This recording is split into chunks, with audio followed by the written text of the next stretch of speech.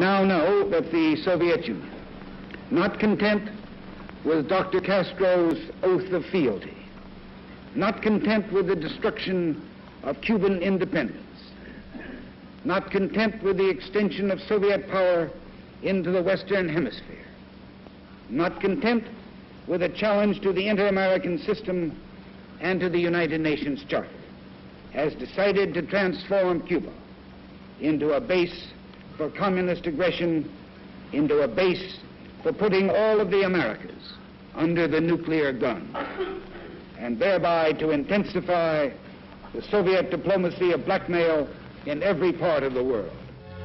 The United States answer to what Adlai Stevenson termed Soviet blackmail in Cuba was a quarantine of all offensive weapons being shipped from Russia to that island fortress. The U.S. threw up a steel fence prepared to stop any vessel carrying materials of war. In Cuba itself, 100,000 men were put under emergency orders as they had been during past invasion scares. The waterfront in Havana and along other parts of the coast bristled with gun emplacements as the Cuban regime waited to see what their bosses in the Kremlin were to do. Cuba became the focus of world attention. Here centered the most critical threat of global war since the surrender of Germany 17 years ago.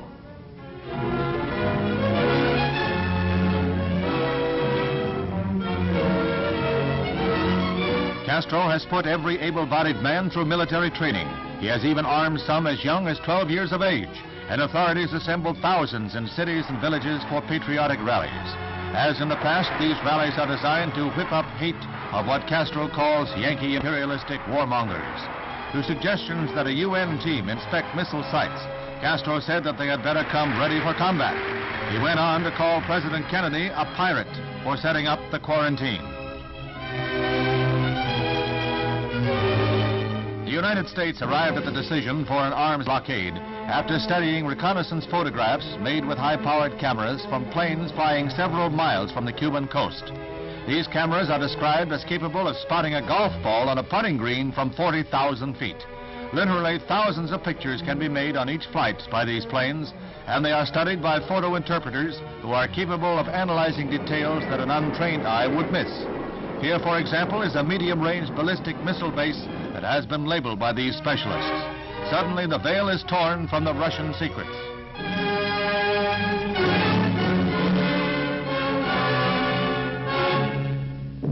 Another photo revealed a surface-to-air missile assembly depot, a base to supply the offensive sites. Russian technicians ripped through heavy jungle growth to carve out airstrips for high-performance MiG-21 jets, a plane easily capable of strikes far into the United States. In the greatest display of hemisphere solidarity since World War II, the Organization of American States unanimously endorses the actions of the United States, and many pledge arms and men to the cause. The vote is 20-0, with Cuba absent, commending the U.S. for its efforts to bring about the dismantling of the missile bases. The organization votes the use of armed force to carry out the resolution sponsored by Secretary of State Dean Rusk, thus uniting all of the Americas in a common cause.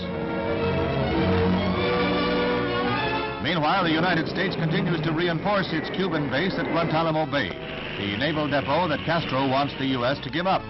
These Marines have been assigned the job of protecting the base against any Cuban threats that might arise during the present crisis. They'll be on a 24-hour alert, a first line of defense.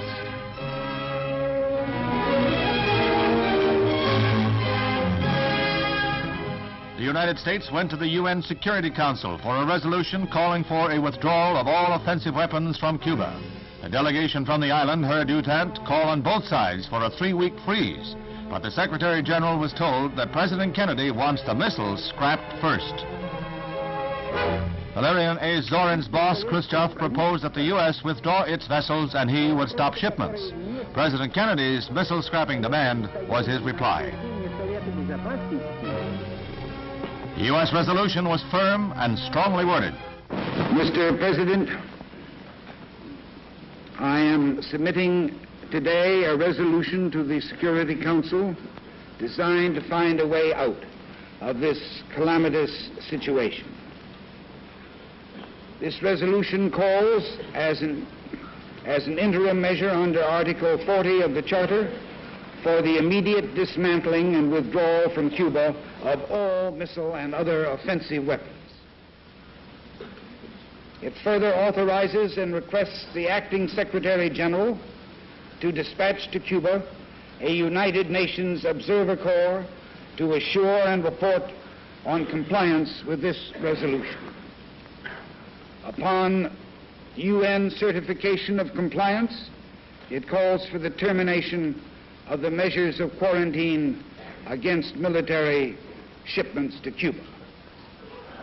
And in conclusion, it urgently recommends that the United States and the Soviet Union confer promptly on measures to remove the existing threat to the security of the Western Hemisphere and the peace of the world, and to report thereon to the Security Council.